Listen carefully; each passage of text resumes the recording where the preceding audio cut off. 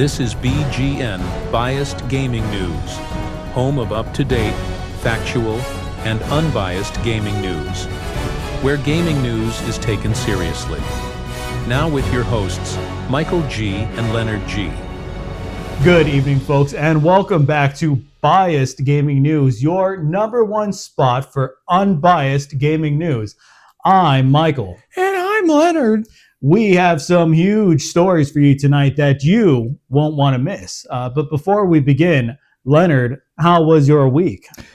Not great, Michael. Not great at all. Oh, well, I'm very sorry to hear that, Leonard. What happened? Well, over the weekend, after a long day here at the station, I was hoping to come home to a warm meal and a loving embrace from the wife. But instead, I was met with loud creaks and even louder moans. My God, Leonard, I'm so sorry to hear that. Oh, it's all right, Michael. After a long series of threats and brandishing sharp objects, we sorted the thing out pretty amicably, but I don't want to bore anyone with a story like that. How was your week, Michael? It was okay, Leonard. I went and took a trip to Scottsdale, Arizona to see my cousin. He was diagnosed with leukemia. Oh, my. Yeah. Anyways, let's jump into tonight's top story. Today's top story. The next installment in the much-anticipated Doom franchise just released over the week. So say hello to my boomstick and get ready for some ripping and tearing of demon posteriors. Doom the Dark Ages released to critical acclaim for its blunt and bloody boomer shooter gameplay. The game was praised for its slower gunplay, likening the Doom Slayer to a tank compared to his agile self in Doom Eternal. In Doom the Dark Ages, the Doom guy is no longer forward in time, but he is now backwards in time, I think. And it's his job to repel the demon hordes from overtaking the planet of Argent Denor. Doom the Dark Ages takes the frantic and quick shooting from Doom Eternal and makes just enough changes to justify not turning this game into an expansion pack for Doom Eternal. Bones, blood, and bods collide for an intense, over-the-top experience that's just so good John Romero would cut his own hair to get to say he made the sequel. With all the universal praise for the game, fans asked Carl Urban, who starred in the 2005 film adaptation, what his opinion on Doom the Dark Ages was. And his reply was, quote, "What the expletive is a Doom." Ain't that a kick in the head? Season 2 of the hit Fallout TV show is set to be released this year in 2025. Patrolling the Mojave almost makes you wish Fallout Season 2 releases this winter. And it will. Girl from Army of the Dead, Ella Parnell, and typecasted universal racist Walton Goggins made an appearance in a brand new teaser for the upcoming second season.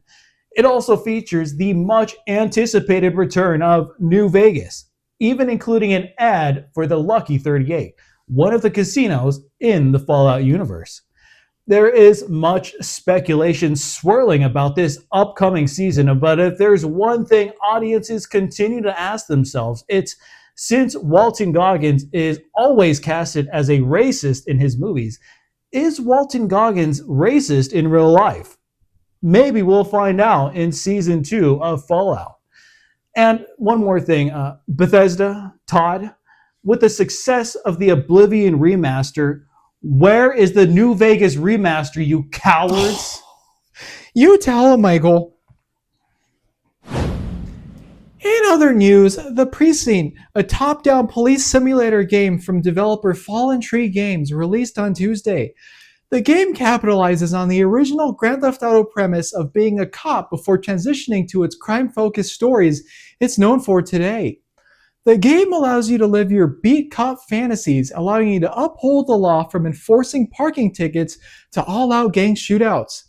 The game takes place in a dark 80s noir crime-riddled city, and it's up to you, the player, to uphold the law, one loitering offense at a time. Wow, Michael, it looks so visceral. It sure does, Michael. And you know, it's such a coincidence because while I was playing this game and sipping on some scotch on the rocks in my study, the actual police approached my door saying they got complaints of what sounded like domestic abuse coming from my home.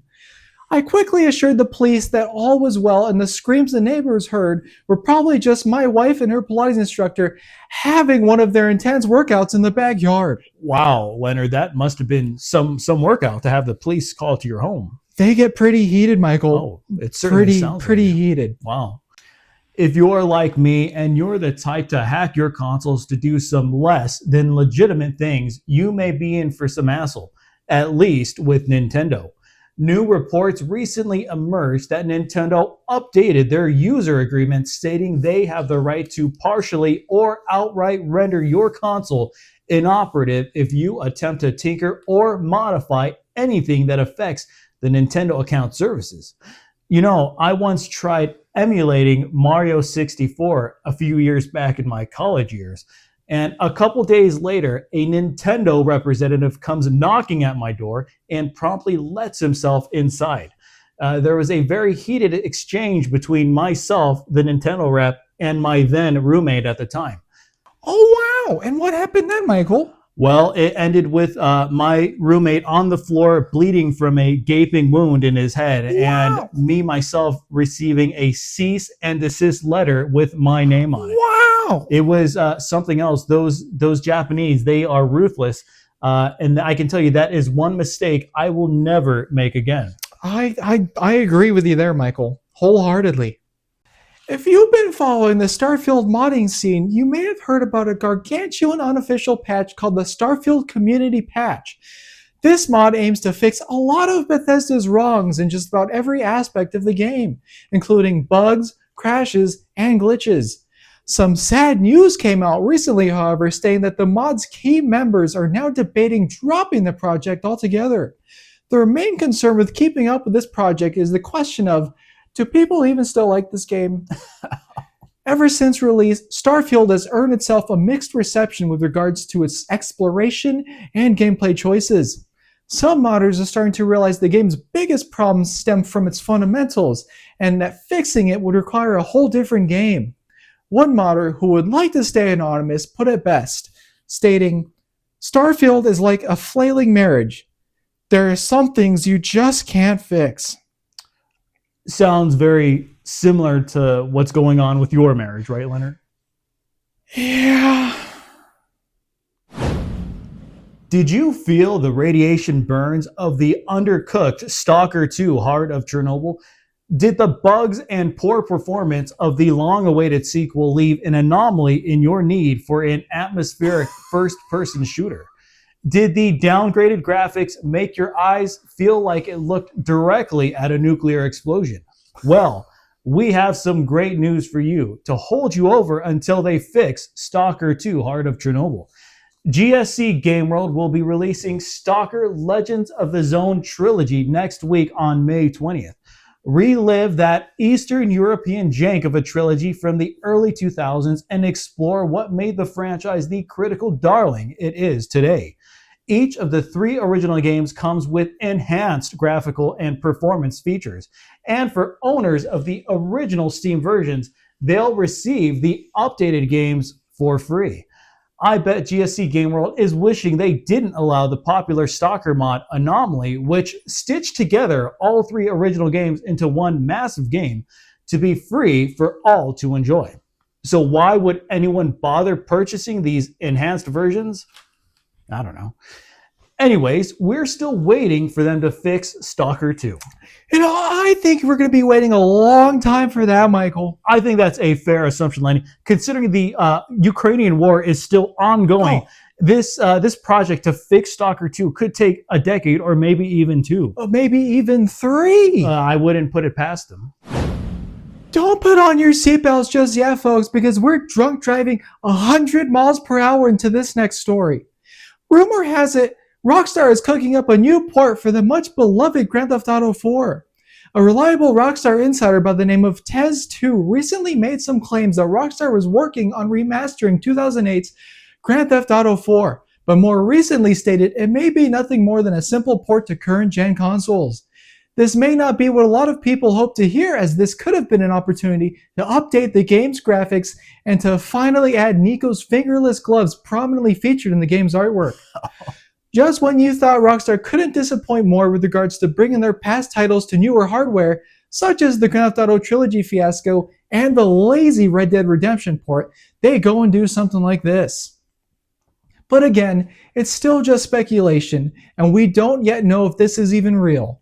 But either way, sorry Nico, it looks like you'll still be stuck in 2008 hardware for the foreseeable future. Such a shame. That is probably the dark horse of the franchise, and it's a shame to see it treated like a dark horse. Absolutely, Michael. So what exactly is going on between you and your wife? Are you guys separating or? No, me and the Pilates instructor, we sorted some things out, made some ground rules, and he made some pretty good points about the economy and cost of living. So I cleared out my study, and he's moving in next week to help with the mortgage. Oh wow, okay. Well, so there's no ire between your wife and the Pilates instructor. Well, me and the wife are still on some pretty shaky ground. But as for the Pilates instructor, once you get to talk to him more, he's not a bad kid. All right. That's it for all the hard-hitting gaming stories for tonight. I'm Michael. And I'm Leonard. Keep wobbling those joysticks and have a good night.